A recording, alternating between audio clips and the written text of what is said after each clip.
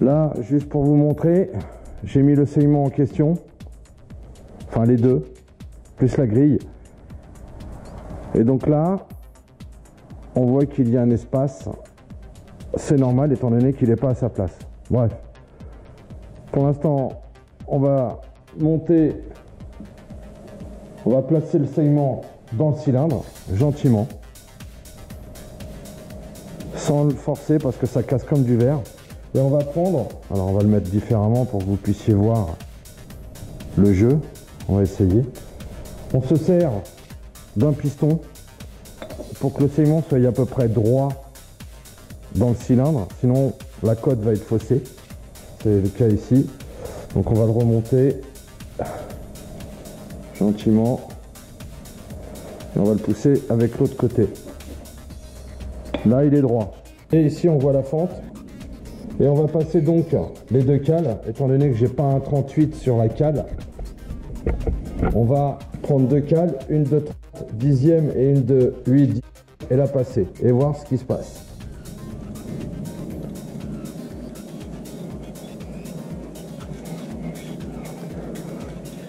On prend les deux cales et on essaye de les passer.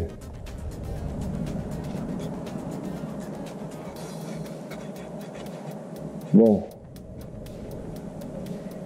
une seule des deux passe. Donc il va falloir rectifier un petit peu. En plus le saignement il a bougé. Allez.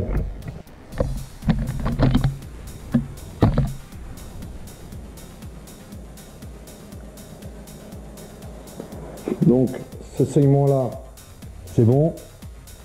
On va essayer l'autre.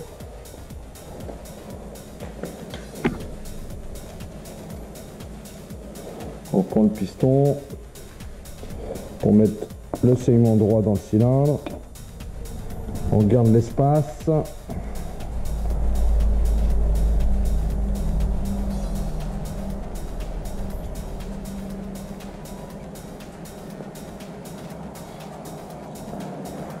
C'est bon aussi. Je revérifie parce que faut vraiment pas se louper, hein. Ça c'est une casse moteur. Si jamais on fait n'importe quoi, ok, donc la cale rentre bien. Si on fait n'importe quoi, c'est une casse moteur. Une perte de compression, là comme c'est le saignement d'huile, bah on perdra la lubrification du moteur, enfin du piston en question. On va pas jouer avec ça. Donc là, on va faire le saignement numéro 2. Alors il y a une différence. Il y a une différence dans le sens où l'écartement doit être plus important que l'autre. Donc à manipuler vraiment avec une très grande douceur. Même procédé. On prend un piston, on pousse, c'est droit. On voit très bien ici l'espace. Données constructeur, on est à...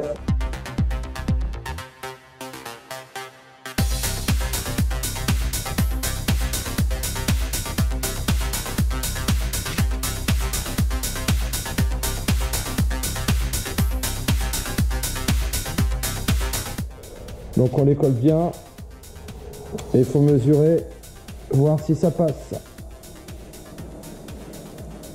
Et il faut que ça passe sans se bloquer. Et là, malheureusement, ça bloque. Donc la 60, elle doit passer. Même pas, la 60, elle passe pas. Donc il va falloir travailler dessus. Donc il y a deux procédés hein, pour faire ce genre de manipulation. Soit vous faites avec une lime gentiment, vous enlevez un petit bout. Soit vous prenez un disque abrasif hein, sur une machine, comme ça. Et puis vous en enlevez un petit peu. Alors il faut faire attention parce que ça c'est bien, on gagne du temps. Mais si on en bouffe de trop, c'est foutu. Personnellement, je préfère y aller gentiment avec une lime pour être sûr d'enlever le strict nécessaire, quitte à faire plusieurs fois démonter, remonter pour voir si ça passe pas. Mais au moins on est clean. Alors pour faire ce genre de limage, on va dire ça comme ça, de rectification de la longueur du saignement, je vous conseille pas de prendre ce genre de lime. Hein. Bon, c'est assez fin, remarque, hein. Mais limite faut prendre dans les affaires de votre femme ou de votre chérie sa lime à ongles et puis lui taxer. Et aller plutôt sur une lime de précision, ce genre-là, hein, qui sont très bien pour ça. Et parce qu'il faut vraiment enlever un poil de cul. Hein. On est du 10e, hein, donc on n'est pas du millimètre, hein, les gens. Donc il faut vraiment y aller tranquille. Et il faut rester droit par rapport au segment. Donc limer droit. Parce que sinon, on va se retrouver avec des arrondis. Et la jonction, il n'y aura pas forcément une jonction, hein, tout dépend de la dilatation du moteur.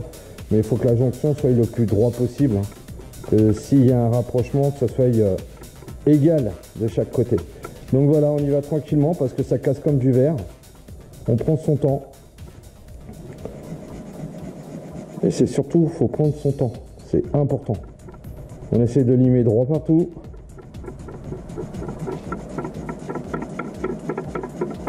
Et comme on ne sait pas ce qu'on enlève, et bien une fois qu'on a fini, enfin qu'on a limé un petit peu, on replace gentiment. Voilà. On reprend le piston, on repousse tout le monde et on vérifie.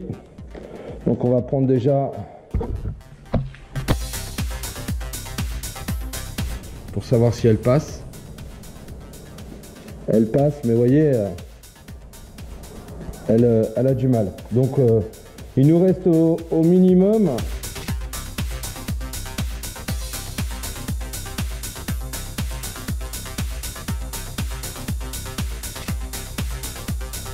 donc on reprend et on continue.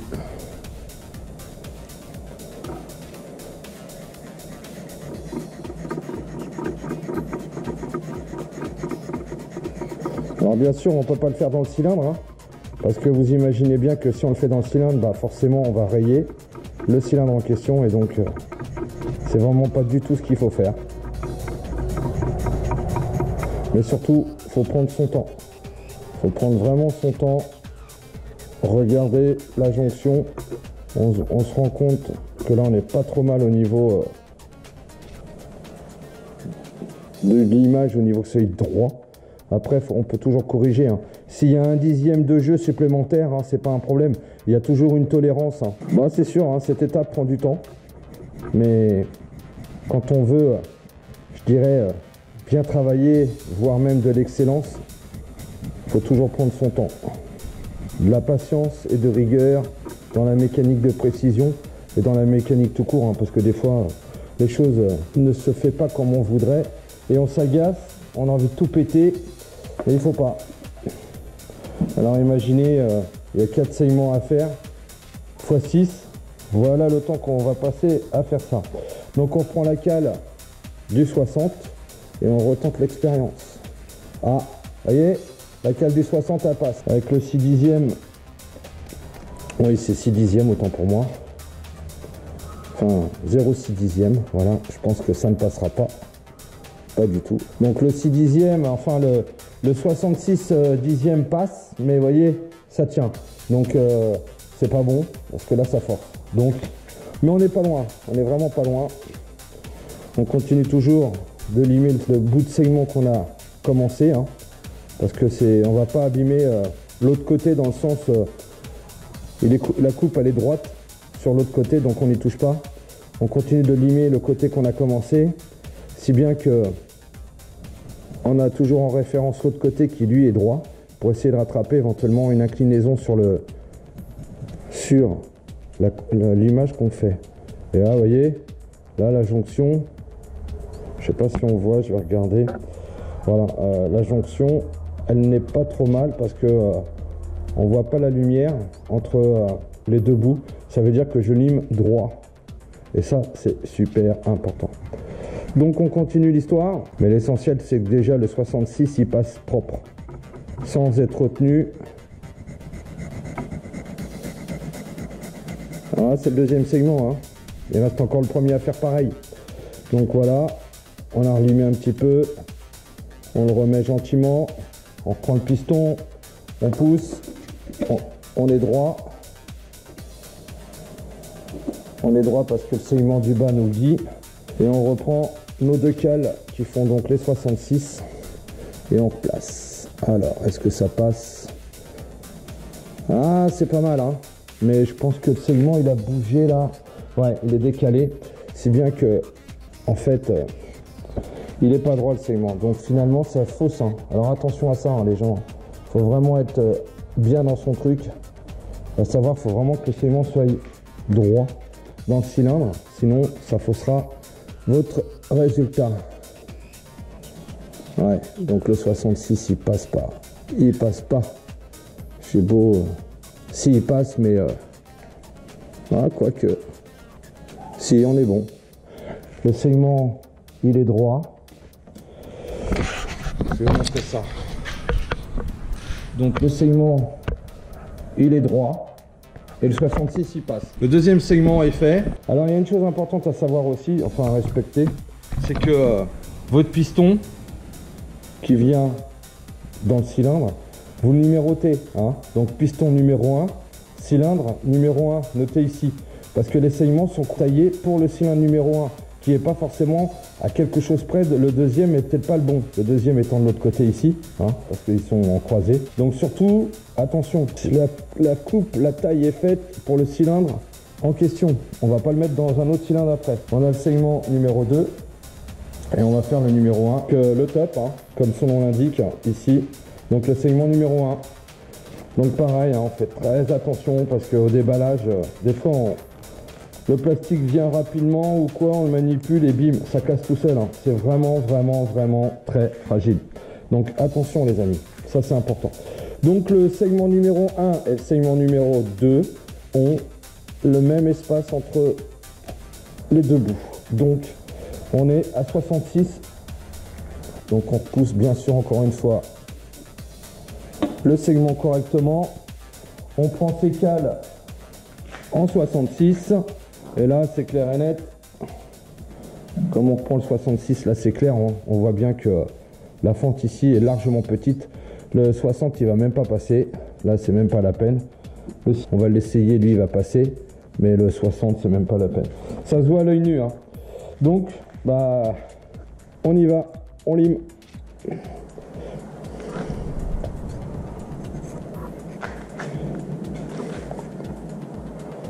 Alors c'est pareil, il y a une indication ici. Il y a un lettrage qui est marqué, je sais pas si on le voit ici. Et en fait c'est là où ça vous donne l'inscription vous donne le sens du segment. Donc l'inscription vient vers le haut dans le segment. À prendre en considération. Donc on va taper l'autre côté. On est loin du marquage, mais voilà. Alors il y a un autre système aussi pour faire ça. Vous pouvez vous remettre sur le bord d'une table, hein, ou de votre plan de travail et laisser sortir que quelques millimètres et appuyer ici. Comme ça vous coincez votre segment avec votre doigt sur leur bord, si bien que ça vous empêchera de le casser. Et puis vous serez beaucoup plus stable. Mais bon, là je vous montre un exemple comme ça pour que vous puissiez apprécier le travail. Après je ferai différemment et la vidéo sera en accéléré parce que sinon on va mettre 3 heures pour faire ça et je vais vous éviter de mater 3 heures de l'image. Sachez que ça prend du temps, qu'il faut être patient et qu'il faut être très précis. C'est important parce que vous perdrez de la compression, vous perdrez le coupe-flamme et vous perdrez aussi de la lubrification. Vous allez bouffer de l'huile. Enfin, ouais, c'est pas le but, surtout sur un moteur, que ce soit préparé ou pas. Mais voilà quoi. Quand on fait quelque chose, c'est pour un résultat. Alors on fait attention hein, parce que là c'est pareil. Hein, je lime ça au-dessus, mais vous avez des particules de métal hein, qui viennent dans le cylindre. Donc avant de remonter les pistons, il faudra tout nettoyer, tout dégraisser. Et après vous regraisserez votre piston pour le mettre avec les segments bien huilés pour pouvoir remettre tout ça dedans. Et en même temps ça protégera votre cylindre s'il y a un peu d'humidité le temps que vous finissiez le moteur pour éviter que le cylindre rouille. Parce que ça, l'humidité dans un moteur non huilé, je peux vous dire que ça bouffe le cylindre et après c'est fini. C'est mort. Enfin, on peut rattraper, mais vous allez perdre de l'alésage, c'est-à-dire du tour de cylindre. Que ce soit des microns, c'est pareil. Le problème, c'est que il faudra retrouver une cote de piston un peu plus large ou des segments un peu plus larges. Enfin, vous voyez, ça complique la situation. Et on n'est pas là pour compliquer la situation, mais pour faire quelque chose de propre.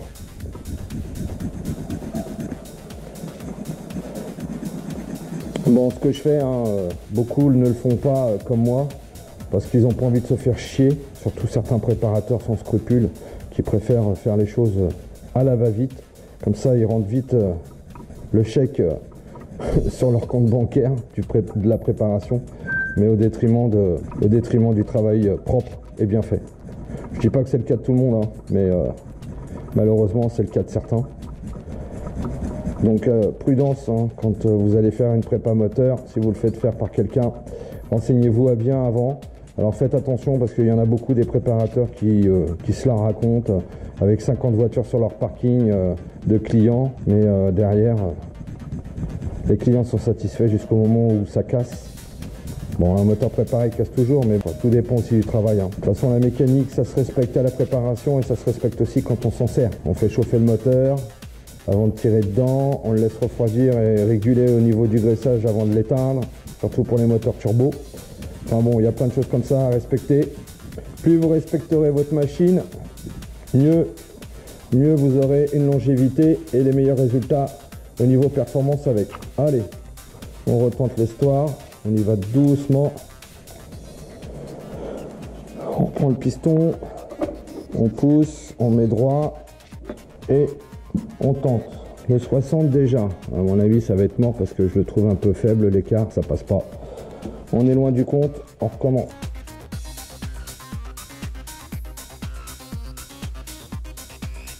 On s'aide à regarder la jonction. Vous voyez, il n'y a pas de lumière, ça veut dire que je lime vraiment droit. Quand je dis qu'il n'y a pas de lumière, c'est regarder dans la fente entre la jonction des deux. Quand je les rapproche, il n'y a pas un endroit où c'est plus limé que d'autres, ça reste droit et il n'y a pas de lumière qui passe à travers. Ça veut dire que je suis bien dans ce que je fais. Mais bon, là je vous dis, hein, c'est quasiment une lime à ongles hein, pour femmes hein, ou pour hommes, hein, parce que les hommes aussi se liment les ongles. Moi je préfère y aller vraiment tout doucement et avoir un résultat le meilleur qui soit. Même si je dois passer du temps, c'est pas grave. Le résultat, il sera au final, je l'espère, avec un moteur avec des compressions super. Et j'espère une longévité. Quoique des moteurs sollicités comme celui-ci devrait être sollicité, à mon avis, tous les 6-8 000 km, il faudra le sortir, changer les coussinets de vilebrequin et les coussinets de bielle au minimum, et tout au moins les démonter pour regarder l'état, mesurer les jeux, et ainsi de suite. Et je peux vous dire que ça, bah, c'est du boulot, hein. Ça se fait pas en 5 minutes. Et pareil, il faut être très méticuleux.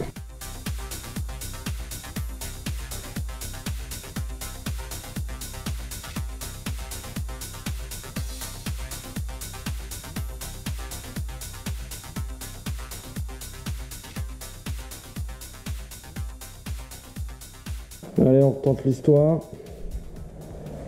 On met le segment.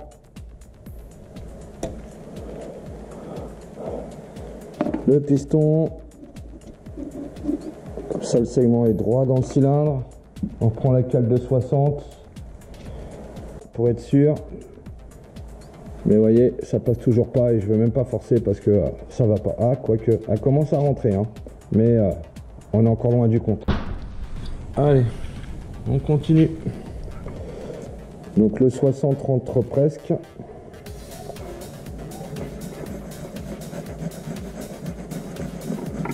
Alors on peut aller plus vite, hein. Je dirais en prenant toute la longueur de la lime. Mais le problème c'est que au lieu de rester droit sur une grande longueur, vous allez pencher comme ça.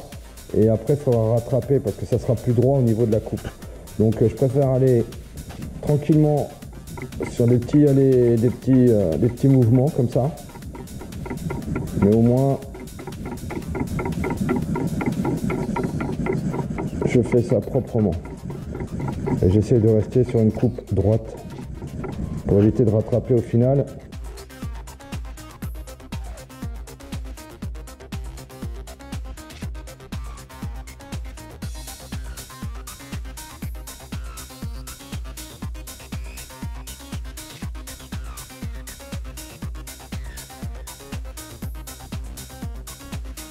Alors comme vous pouvez le voir, je mets mon doigt en bout, comme ça je me sers de...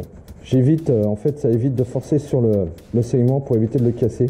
Parce que votre doigt, lui, il est mou, et en fait ça permet que le segment, vous n'êtes pas raide dessus. Et comme ça, votre doigt absorbe éventuellement des petits chocs qui évitent au segment de casser. Vous lui donnez des contraintes. Après c'est des petites astuces, hein, comme ça. Après, il faut réfléchir, hein, c'est comme tout. Hein. Quand on fait quelque chose, il faut allumer son cerveau, réfléchir, prendre son temps, cogiter, et on peut arriver à des bons résultats. Bon, bien sûr, hein, je ne suis pas à l'abri, comme tout le monde, de faire une bêtise, hein, bien au contraire. Mais le but du jeu, entre guillemets, c'est d'éviter d'en faire au maximum. On va retenter l'histoire. On regarde au niveau de la lumière si... Ouais, écoutez, la coupe est pas mal, hein. Donc on est pas mal. Allez, hop, on le remet. On pousse.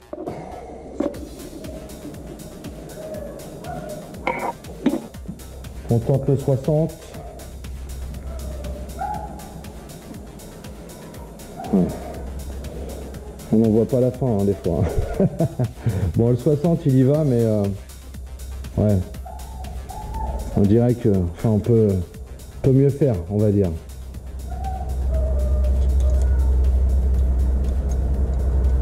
Ouais, peut mieux faire. Allez, la coupe est pas tout à fait droite, si bien que vers l'intérieur là, ce côté-là, ça bloque un peu, tout ça parce que ça doit pas être tout à fait droit. Donc déjà de toute façon, il n'y a pas assez large, donc on va rattraper.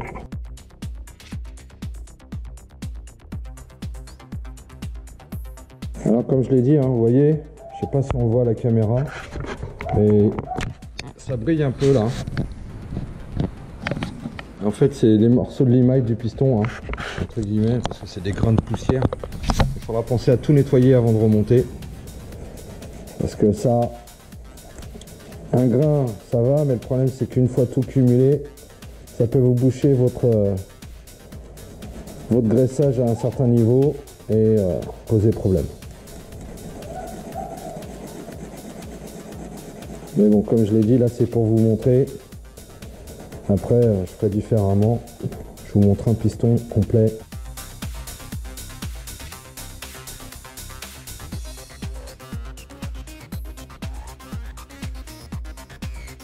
Allez, on retente. Je vais prendre son temps. Alors, pour rentrer le segment, vous rentrez un bord. Et puis vous appuyez gentiment sur le rebord. Ici, vous le tenez déjà de votre doigt. Puis vous le poussez comme ça. Ça évite de lui mettre des torsions trop fortes pour... on tente le 60. Ici, regardez, le 60, ça y va tout seul. Allez, on tente le 6. Là, ça va pas passer à mon avis, mais c'est pas grave. Au moins, ça nous donne une idée de ce qu'il faut. Encore taillé. Ok, donc le 66 passe pas. Enfin, il rentre. Mais vous voyez, ça reste bloqué. Donc, on n'est pas bon. Donc, on n'est pas loin. Hein. Le 60 rentre bien. Allez, on continue dans la lancée et on aura fini celui-ci.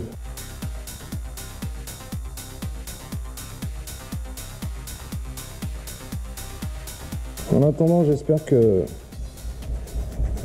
cette vidéo vous intéresse et qu'elle vous montre un petit peu la complexité de la mécanique automobile, surtout quand on est sur des puissances largement importantes.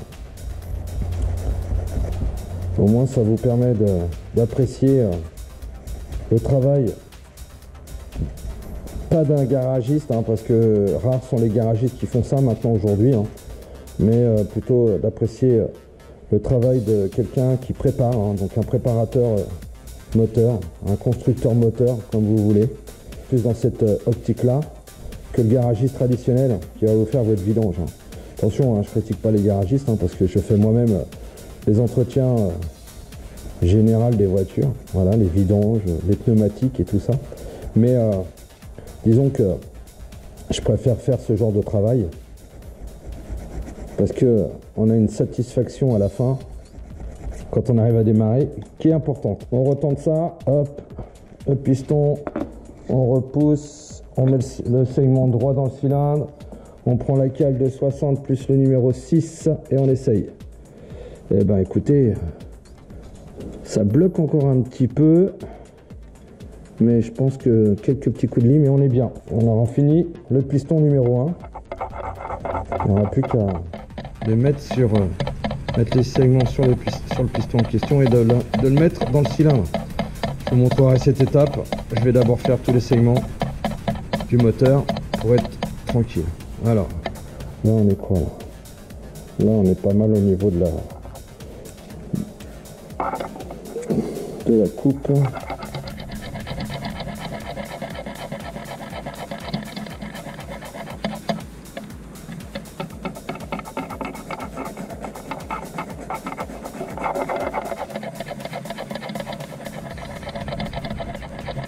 Bon, je vous avoue, hein, c'est vraiment la première fois que je fais une préparation aussi énorme, en puissance, hein, je parle bien, parce que j'ai déjà fait des préparations différentes, hein, comme monter un moteur préparer un moteur de Golf 2 GTI 16 et de le monter dans un Golf 1. Et d'avoir obtenu, au lieu de 139 chevaux de base du moteur, on était dans les 170. J'ai déjà monté aussi, pour certains, ceux qui me connaissent et qui me suivent, un moteur de 405 Turbo 16 205 GTI. Donc voilà, là on est sur le swap. Mais bon, la Golf c'était le swap plus la préparation. Mais là on va dépasser beaucoup de chevaux. Je vous dis rien parce que j'attends avec vous pour voir la fin. Bon, regardez, donc là on est largement bon, hein. Hop, ok, on est donc au 66, donc le segment il est prêt, l'espace est correct avec sa tolérance et on va enchaîner pour la suite. Je profite de ce moment de vidéo accélérée pour faire quelques précisions. Je ne suis pas un dieu ou un saint de la mécanique. Mes vidéos de montage ou de préparation n'engagent que moi. Ce que je veux dire, c'est que toutes mes réalisations sont faites avec de la passion, de la recherche d'informations et une envie de toujours faire bien et plus encore, avec le plus possible de minutie et de réflexion. En conclusion, pour moi c'est la meilleure façon de faire, à bon entendeur.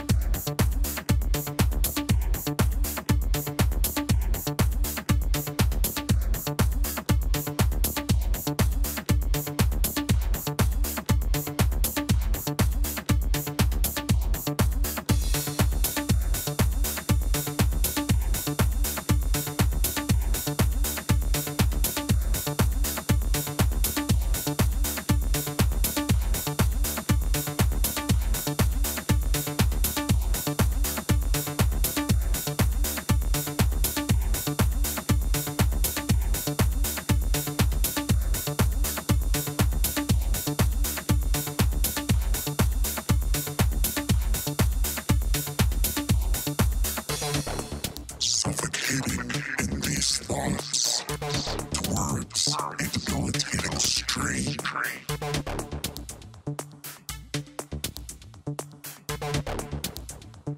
Running through my head.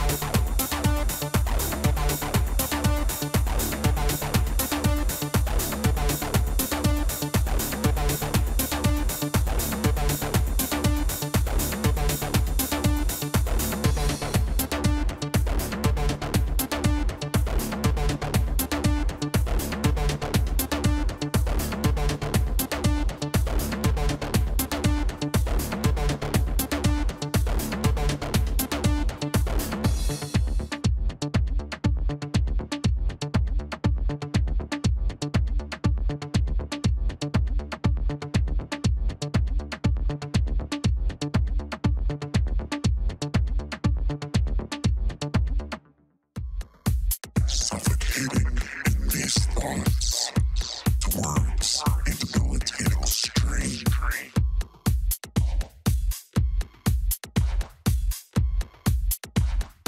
Running through my head.